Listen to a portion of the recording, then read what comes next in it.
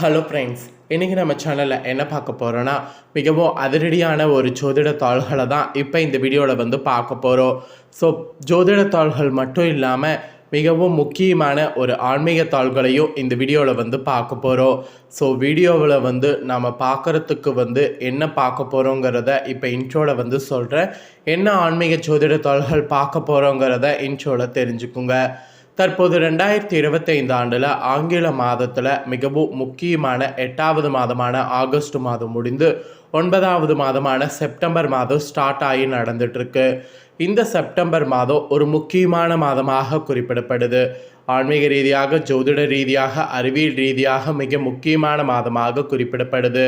இந்த மாதம் ஏன் முக்கியமான மாதமாக குறிப்பிடப்படுது அப்படின்னு பார்த்தீங்கன்னா, இந்த மாதத்தில் தெய்வீக சம்மந்தப்பட்ட நாட்களும், ஜோதிட சம்மந்தப்பட்ட நாட்களும், அறிவியல் சம்மந்தப்பட்ட நாட்களும் வரும். அதனாலேயே இந்த மாதம் ஒரு எச்சரிக்கையான மாதமாக குறிப்பிடப்படுது. இந்த எச்சரிக்கையான மாதத்தில் ஒரு எச்சரிக்கையான சம்பவமானது தற்போது நடந்தது. அது என்னைக்குன்னா செப்டம்பருடைய 7ஆம் தேதி அன்னைக்கு தான் இந்த ஆண்டுடைய மிகவும் முக்கியமான இறுதி சந்திர கிரகணமானது நடைபெற்றது. அதே நாளில் ஆவணி பௌர்ணமி முழுசாக தெரிஞ்சது. ஆவணி பௌர்ணமி 22ஆம் தேதி ஞாயிற்றுக்கிழமை வந்த அன்னைக்கு சந்திர கிரகணம் நடைபெற்றது.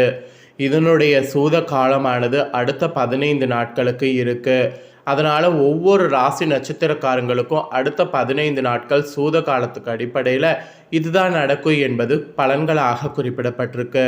அதை தான் இந்த வீடியோவில் மீனம் ராசிக்காரங்களுக்கு ஷேர் பண்ண போகிறேன். மீனம் ராசியில் பிறந்த நேயர்கள் இந்த ஒரு வீடியோவை ஸ்கிப் பண்ணாமல் பாருங்கள். உங்கள் ராசி நட்சத்திரத்துக்கு என்ன பலன் கிடைக்கும் அப்படிங்கிறத தெரிஞ்சுக்குங்க. அது மட்டும் இல்லாமல் உங்களுக்கான ஆன்மீக ரீதியாக ஒரு பரிகாரம் இருக்குது. அதை நீங்கள் செய்கிறதுனால உங்கள் தலையெழுத்து மாறும். அது என்ன பரிகாரம், அதை செய்கிறது எப்படி அப்படிங்கிறதையும் உங்களுக்கு சொல்கிறேன். தெளிவாக இந்த வீடியோவில் எல்லாத்தையுமே தெரிஞ்சு அதை செய்து பயன்பெறுங்க. ஃபஸ்ட்டு ஆன்மீக ரீதியாக பரிகாரம் செய்கிறத சொல்கிறேன். அதுக்கப்புறம் உங்களோட ராசி நட்சத்திரத்துக்கு பலன்களை சொல்கிறேன். இந்த பரிகாரம் நீங்கள் ஆவணி பௌர்ணமி அன்னி ஞாயிற்றுக்கிழமை அன்றைக்கே செய்திருக்கணும். அன்னைக்கு செய்ய மறந்தவங்க எல்லாமே இப்போ இந்த 15 நாட்களில் எப்போ வேணாலும் செய்யலாம். இந்த வீடியோ பார்த்ததுக்கப்புறம் உடனே நீங்கள் எப்போ வேணாலும் செய்யலாம். இதை நீங்கள் செய்யும்போது நம்பிக்கையோடு செய்யணும். அது மட்டும்தான் ரொம்ப முக்கியம். சரி, என்ன பரிகாரங்கிறத வாங்க பார்க்கலாம். இது கடன் தீர செய்ய வேண்டிய முக்கியமான பரிகாரம். கடனுங்கிறது எல்லாருக்குமே இருக்கும். அதில் சில பேருக்கு கழுத்தை நெரிக்கிற அளவுக்கு இருக்கும். அந்த மாதிரி கடனில் இருக்கிறவங்க கடன் தீர இந்த சில நாட்களில் இந்த பரிகாரம் நீங்கள் செய்யுங்க. சரி, வாங்க என்ன பண்ணுங்கிறத பார்க்கலாம். இந்த டைம் இந்த பௌர்ணமி சக்தியில் இருந்த பௌர்ணமி ஆவணி நட்சத்திரத்தோடு வந்தது. அது மட்டும் இல்லாமல் ரெட் மூன் என்று சொல்லப்படக்கூடிய அதிசக்தி வாய்ந்த சந்திர கிரகணமும் நடந்தது. அறிவியல் ரீதியாக சொல்லப்பட்டால் இது எச்சரிக்கையான ஒரு சம்பவம். ரெட் மூன் என்றால் நிலவு வழக்கத்தை விட பூமிக்கு அருகில் வந்ததாகவும், நிலவின் வெளிச்சம் வழக்கத்தை விட பிரகாசமாக பூமியில் பரவியதாகவும் கூறப்படுது. இது அறிவியல் ரீதியாக கூறப்பட்டிருக்கக்கூடிய உண்மைகள். ஆக மொத்தம் இந்த 15 நாட்கள் நம்மளுடைய பிரபஞ்சத்தில் நிலவொளியின் பேராற்றல் நிறைந்திருக்கும். இந்த 15 நாளில் நாம் வைக்கக்கூடிய வேண்டுதல் அனைத்தும் சீக்கிரம் பழிக்கும். அந்த வகையில் உங்கள் கஷ்டங்கள் தீர இந்த 15 நாளில் ஏதாவது ஒரு நாள் இரவு செய்ய வேண்டிய எளிமையான ஆன்மீக சார்ந்த ஒரு பரிகாரத்தை தான் இந்த வீடியோவில் சொல்ல போகிறேன். அதை தான் நீங்கள் தெரிந்து கொள்ள போகிறீங்க. வாங்க என்ன பரிகாரங்கிறத பார்க்கலாம். எவ்வளவு நல்ல காரியம் செய்தாலும் சரி, பசியோடு இருக்கக்கூடிய ஒரு ஜீவனுக்கு பசியார உணவு போடக்கூடிய அன்னதானம் என்பது எதற்குமே ஈடு இணை இல்லாதது. இந்த தினம் உங்கள் கைகளால் வாயிலா ஜீவன்களுக்கு, பசியோடு இருப்பவர்களுக்கு முடிந்த உணவை தானம் செய்யணும். அதுவும் காக்கை குருவிகளுக்கு நெல் தானிய வகைகளை வாங்கி இரையாக மாலை நேரத்தில் போடணும்.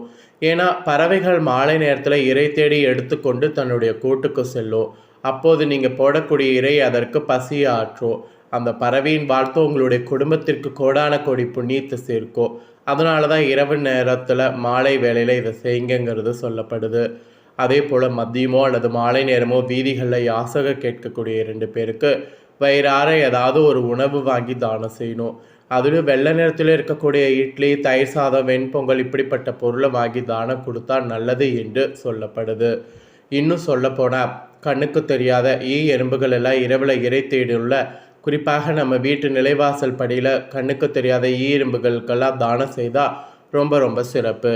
இரவு தூங்க செல்வதற்கு முன்பாக உங்கள் வீட்டு நிலைவாசலில் 2 பக்கமும் ஒரு சின்ன துண்டு வெள்ளைக்கட்டிகள் அல்லது நாட்டு சர்க்கரை அல்லது சர்க்கரை ஏதாவது ஒரு பொருளை தூவி விட்டுட்டு போங்க. குடும்ப தலைவி கையில் ஒரு சின்ன துண்டு வெள்ளத்தை நீங்கள் வைத்துக்கொண்டு குலதெய்வத்தை மனதார பிரார்த்தனை செய்து கொண்டு உங்கள் குடும்பத்தை தொடரக்கூடிய கஷ்டங்கள் எல்லாம் இன்றோடு ஒரு முடிவுக்கு வர வேண்டும் என்று வேண்டி இந்த பரிகாரத்தை செய்யுங்க. மறுநாள் காலை நீங்கள் பார்க்கும்போது இந்த இனிப்பு பொருட்கள் எறும்புகள் எடுத்து சென்று இருந்தால் அதோடு உங்களுடைய கர்ம வினைகள் தீர்ந்து உங்கள் கஷ்டம் கடன் சுமை எல்லாம் தீர்ந்தது என்று நினைத்து கொள்ளுங்க. ஆக்சுவலி இந்த 15 நாட்களில் இரவு எந்த நாளில் வேணாலும் பரிகாரத்தை நீங்கள் செய்யும்போது ஒரு எறும்பு நீங்கள் போட்ட உணவை எடுத்தாலும் 100 எறும்புகள் அந்த உணவை சாப்பிட்டதற்கு சமம். அதுதான் இந்த பௌர்ணமிக்கு பின்னாடி வரக்கூடிய மறைந்திருக்கக்கூடிய இறையாற்றலும் இறை சக்தியும் நேர்மறை ஆற்றலும் நேர்மறை சக்தியும். வார்த்தையால் சொன்னால் உங்களுக்கு இதெல்லாம் புரியாது, ட்ரை பண்ணி பாருங்கள். இரவு நான் சொன்னபடி நிலைவாசல் இனிப்பு பொருளை தூவி விட்டுருங்க. மறுநாள் காலை அதே பொருள் அதே இடத்துல இருந்தாலும் தவறு கிடையாது. நிலைவாசலை கூட்டும்போது கூட்டி பெருக்கி குப்பை தொட்டியில் போட்டுருங்க. நேர்மறையான எண்ணங்களோடு அடுத்தவர்களுக்கு கெடுதல் செய்யாமல் இந்த பரிகாரத்தை செய்யக்கூடியவங்களுக்கு நிச்சயம் நல்லது நடக்கும். அதோடு நீங்கள் பார்த்தீங்கன்னு வச்சுக்கோங்களேன், நம்பிக்கையை மட்டும் இழக்காதீங்க. இதுதாங்க நீங்கள் செய்ய வேண்டிய பரிகாரம். இப்போ உங்களோட ராசி நட்சத்திரத்துக்கு பலன்கள் சொல்ல போகிறேன். உங்களோட ராசி நட்சத்திரத்துக்கு என்ன பலன்கள் கிடைக்குங்கிறத தெரிஞ்சுக்குங்க. ஃபஸ்ட்டு மீன ராசி புரட்டாதி 4ஆம் பாதத்தில் பிறந்தவங்களுக்கு சொல்லப்பட்டிருக்கு. வாழ்க்கை என்றால் இப்படி தான் இருக்கும் என உணர்ந்து வாழ்ந்து வரக்கூடிய உங்களுக்கு இந்த 15 நாட்கள் யோகமாக இருக்க போது. ராசிநாதன் சுகஸ்தானத்தில் சஞ்சரித்து வந்தாலும் அவருடைய பார்வை 8, 10, 12ஆம் இடங்களில் கிடைப்பதால் இதுவரை மறைந்திருந்த உங்கள் செல்வாக்கு மீண்டும் வெளிப்பட ஆரம்பிக்கும். எதை தொட்டாலும் தோல்வி நெருக்கடி என்றிருந்த நிலை மாறும். திடீர் அதிர்ஷ்ட வாய்ப்பு தேடி வரும். தொழில் முன்னேற்றம் அடையும். பணியில் ஏற்பட்ட பிரச்சனைகள் முடிவுக்கு வரும். எதிர்பார்த்த இடமாற்ற பதவி உயர்வு கிடைக்கும். விரைய செலவால் அவதிப்பட்டு வந்த நிலை மாறும். உடல்நிலை சீராகும். குடும்பத்தில் ஏற்பட்ட பிரச்சனைகள் முடிவுக்கு வரும்.